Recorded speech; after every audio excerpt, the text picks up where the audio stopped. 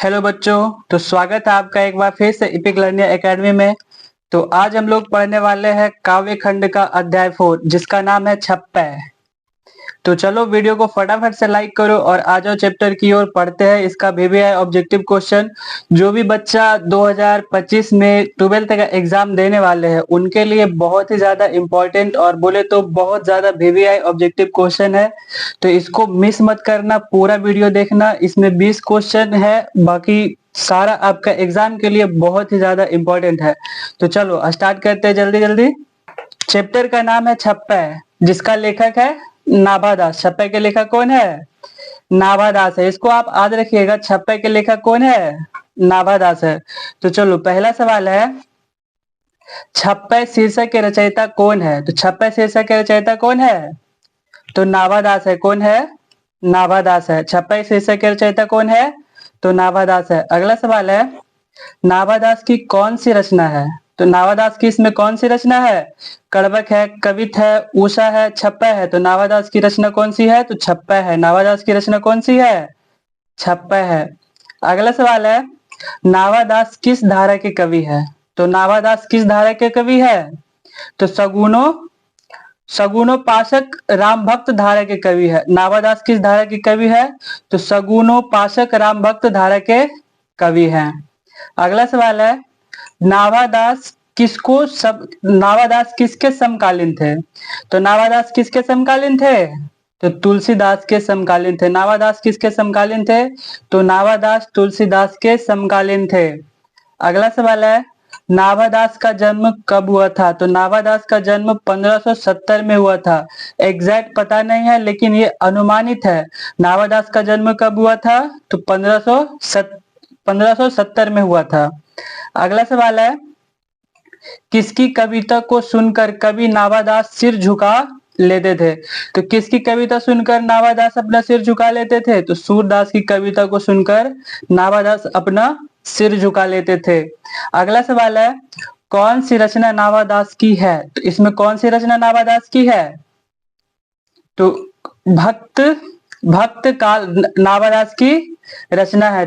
कौन सी रचना नाभादास की है? भक्त काल। अगला सवाल है, नाभादास का अस्थाई निवास कहाँ था? तो नाभादास का अस्थाई स्थान कहाँ था? अस्थाई निवास स्थान कहाँ था? तो वृंदावन में था। नाभादास का अस्थाई निवास स्थान कहाँ था? तो वृंदावन में था। अगला सवाल है, संपन्न भक्त काल में किस छंद का व्यंजन है? तो संपन्न संपन्न भक्तमाल में किस छंद की व्यंजन है? तो छप्पै का है। किसका है? छप्पै का व्यंजन है। अगला सवाल है, छप्पै कितनी पंक्तियों का छंद होता है? छप्पै कितनी पंक्तियों का छंद होता है? तो छप्पै 6 पंक्तियों का छंद होता है।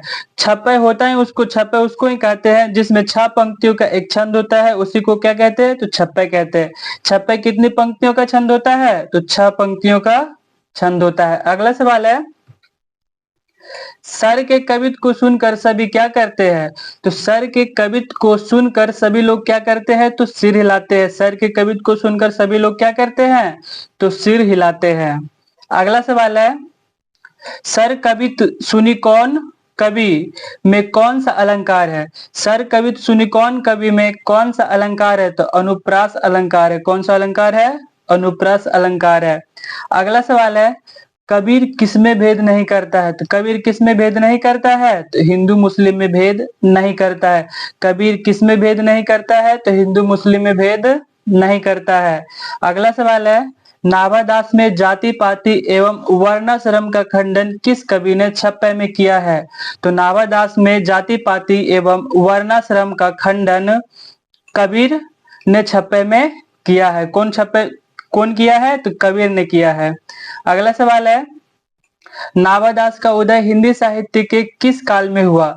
तो नाभादास का उदय हिंदी साहित्य के भक्ति काल में उदय हुआ। नाभादास का उदय कब हुआ था? किस काल में हुआ था? तो भक्ति काल में हुआ था। अगला सवाल है, सबके हित का वचन कौन कहता है? तो सबके हित का वचन कौन कहता है? तो कबीर कहता है। कौन कहता है? कबीर कहता है। अगला सवाल है, कानी का अर्थ होता है, तो कानी का अर्थ क्या होता है? विश्वास या प्रतीति होता है। क्या होता है? विश्वास या प्रतीति होता है। कानी का अर्थ क्या होता है? विश्वास होता है। अगला सवाल है, नावादास के दीक्षा गुरु है, तो नावादास के दीक्षा गुरु कौन है? दीक्षा गुरु तो बोले उनको शिक्षा देने वाला गुरु, तो नावादास के दीक्षा गुरु कौन है? तो स्वामी अग्रदास है, इनको अग्रअली भी कहते हैं। क्या कहते हैं? अग्रअली। नावादास के दीक्षा गुरु कौन है? तो स्वामी अग्रदास है, इनको अग्रअली भी कहते हैं। अगला सवाल है, भक्तमाल के रचयिता कौन है? तो भक्तमाल के रचयिता कौन है? तो भक्तमाल के रचयिता नावादास है। भक्तमाल के रचयिता कौन है? नावादास है। अगला सवाल है, भक्त चरित्रों की माल है, तो माला है, भक्त चरित्रों की माला है, तो भक्त चरित्रों की माला भक्तमाला है। भक्त चरित्रों की माला है तो भक्तमाला है। अगला सवाल है, नावादास किसके शिष्य थे? तो नावादास किसके शिष्य थे? तो नावादास स्वामी अग्रदास के शिष्य थे। नावादास किसके शिष्य थे? तो स्वामी अग्रदास के शिष्य थे। अगला सवाल, कबीरदास किस शाखा के कवि है? तो कबीरदास किस शाखा के कवि है? तो कबीरदास निर्गुण शाखा के कवि है। कबीरदास किस शाखा के कवि है? तो निर्गुण शाखा के कवि है। अगला सवाल है, नावादास किस काल के कवि थे? तो नावादास भक्ति काल के कवि थे। नावादास किस काल के कवि थे? तो नावादास भक्ति काल के कवि थे। अगला सवाल है, नावादास की कविता किन दो कवियों के बारे में है? तो नावादास की कविता कबीरदास एवं सूरदास के बारे में नावादास कविता लिखते हैं। इसी के साथ वीडियो खत्म हुआ। और आप अगर गद्य खंड का वीडियो नहीं देखे तो उसका प्लेलिस्ट बना हुआ है, यूट्यूब पर जाके प्लेलिस्ट चेक करो, और चैप्टर बाय चैप्टर सबका VBI ऑब्जेक्टिव क्वेश्चन बनाकर वीडियो अपलोड कर दिया गया है, आप लोग जाकर देख लेना। चलो ठीक है।